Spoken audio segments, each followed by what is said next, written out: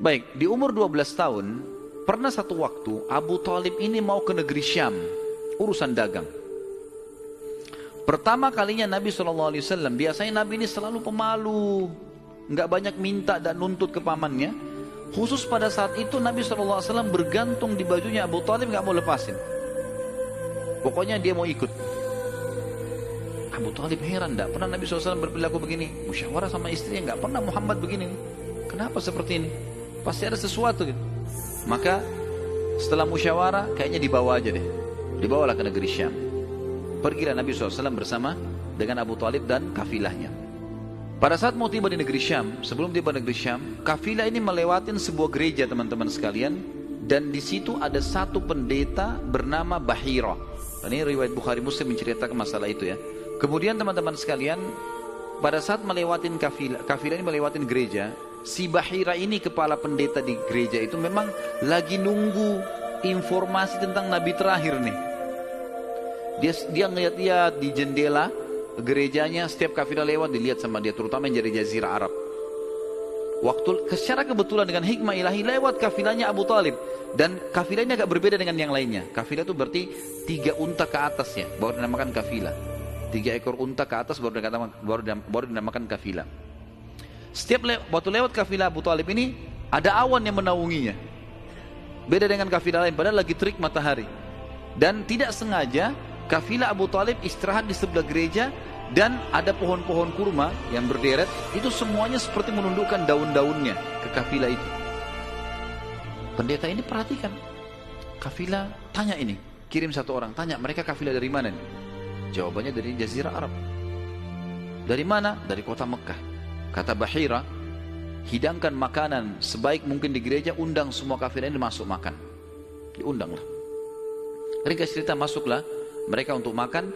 Dan pada saat satu kafilah ini masuk, yang ditinggalkan di situ hanya Nabi SAW. Waktu lagi makan, Bahira ini memperhatikan satu persatu orang-orang Quraisy ini, wajahnya, karena mereka tahu cirinya Nabi terakhir. Alisnya, wajahnya, mukanya, kulitnya, jalur nasabnya, semua jelas. Tidak semua, tidak ada tanda-tanda kenabian ini. Ini mukanya muka biasa semua. Maka si Bahira tanya, apakah masih ada dari kafilah kalian yang tidak ikut makan? Kata mereka, ada satu anak kecil di depan, kami suruh jaga barang kami. Kata Bahira, boleh saya ketemu? Oh silahkan. Mereka lagi asyik makan. Bahira keluar menemui Nabi SAW. Nabi lagi duduk di bawah pohon.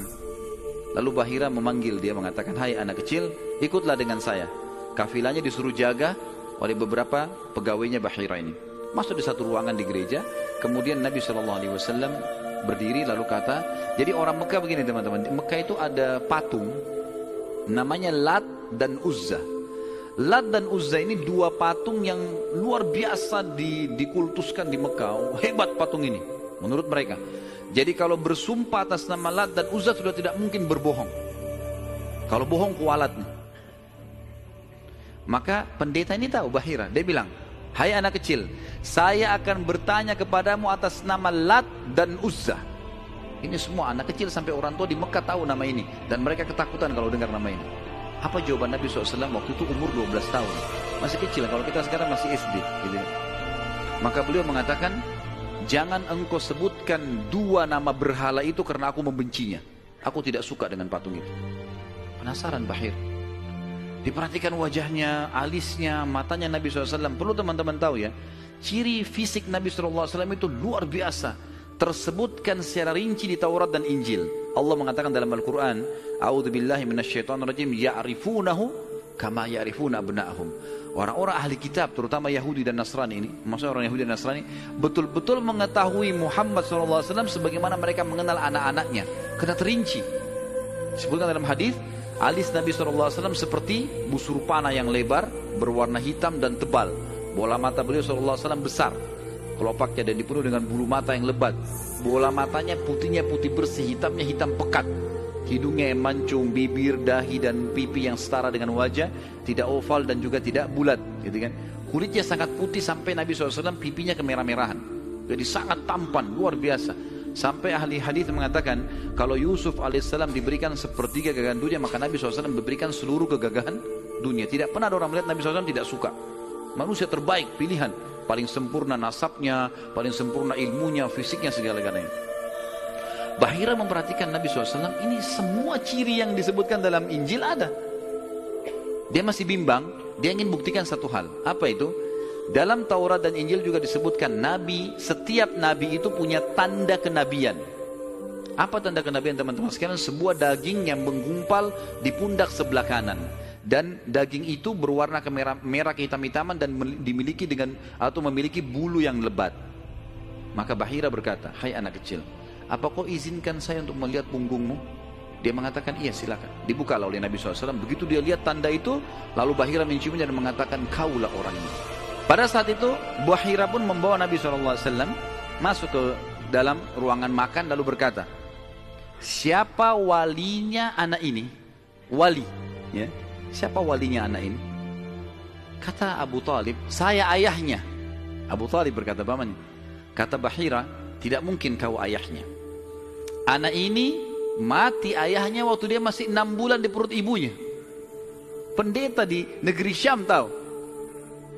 Anak ini meninggal ayahnya waktu dia umur 6 bulan di perut ibunya. Dan ibunya meninggal pada saat dia umur 6 tahun. Serta dia dibina dan dididik oleh kakeknya sampai umur 8 tahun. Dan kalau kau benar kerabatnya, kau adalah pamannya. Abu Talib kaget, dari mana anda tahu semua itu? Benar semua. Dia bilang, kami temukan dalam kitab kami. Ketahuilah, keponakan kau ini adalah nabi terakhir yang sedang ditunggu oleh orang-orang. Dan kalau orang Yahudi tahu dia dari turunan Arab, maka pasti mereka akan membunuhnya sebagaimana mereka berusaha membunuh Isa alaihissalam. Kalau mereka tidak suka, mereka tolak, gitu kan? Maka jangan bawa ke negeri Syam, bawa pulang ke Mekah segera. Akhirnya dibawa pulanglah Nabi SAW ke Mekah pada saat itu.